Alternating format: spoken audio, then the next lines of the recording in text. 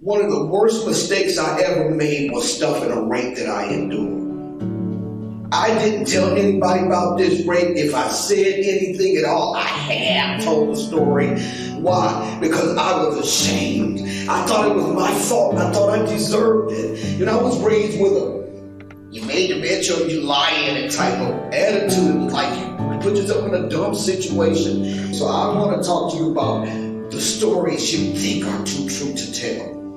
The power that's being held back because you think that story is too true to tell. If you think you know Cinderella, I did some digging. Cinderella's story goes all the way back to before Christ, on one iteration or another. And in the 1800 version of Cinderella, she went to the ball 3 times.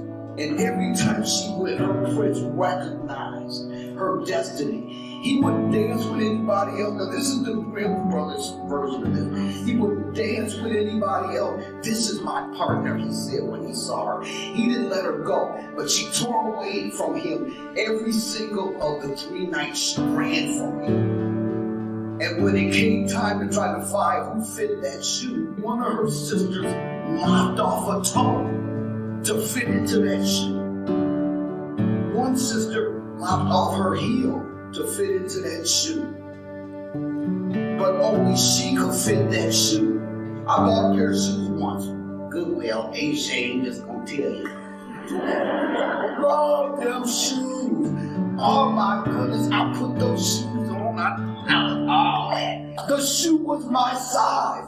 I fit into the shoe. But the problem was that somebody else had worn them forever. Shoe fit, shoe gorgeous, wasn't right for me. Okay? Now you know that generally you could have the same person's shoe size. We all have the same thing. Why is it that this one golden slipper fit only her? They stripped her of her garments.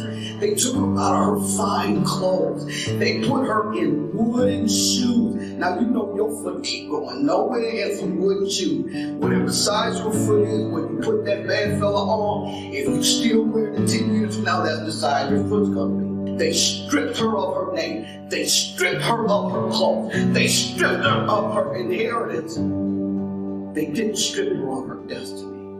Now, the reason why she went through all of that and that shoe fit her is because she's been wearing wooden shoes the whole darn time. Because that's what they gave her.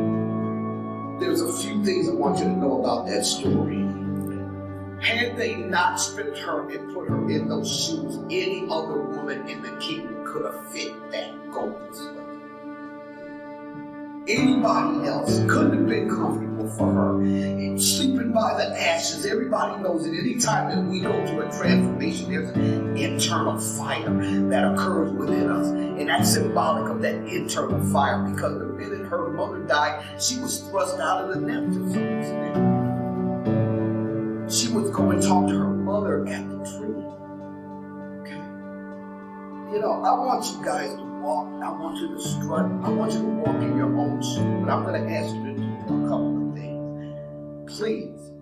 Please, lean into the reality of whatever you've been through. Because unless and until you can talk about that, it's holding you back. The second thing is we are a collective part. We are a collective part. Yeah, we can call ourselves, we are phenomenal women from the day we were born, because that's what God put out here.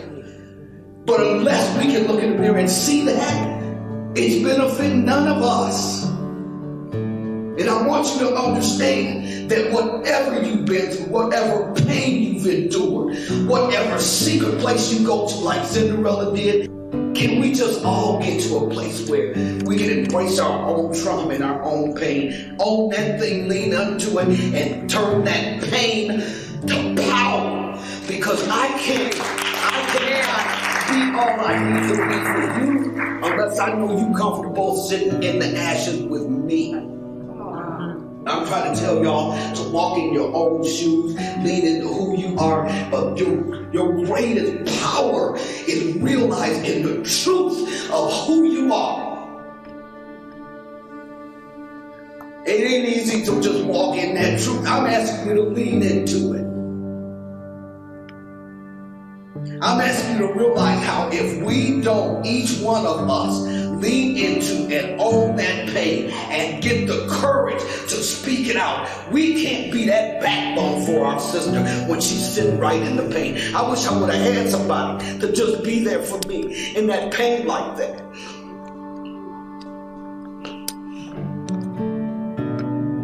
And finally, destiny is never going to look the way you think it will. Okay? Let's take a deep breath, y'all. Let's own that. Destiny will never look the way you think it will. It's got twists and turns, and then you wind up here and there, and you wind up in places you never thought you'd ever be. But as long as you wear them shoes, those shoes that are made just for you, your greatest power is in the truth of who you are. It's in those stories. It's owning that pain. It's leaning into that pain. It's turning that pain to power for the next person for whom you are a divine connection. So whose shoes you wearing? You all lean into who you are. You have your own path of purpose. I want you to walk your life the wrong way. Just strut your stuff.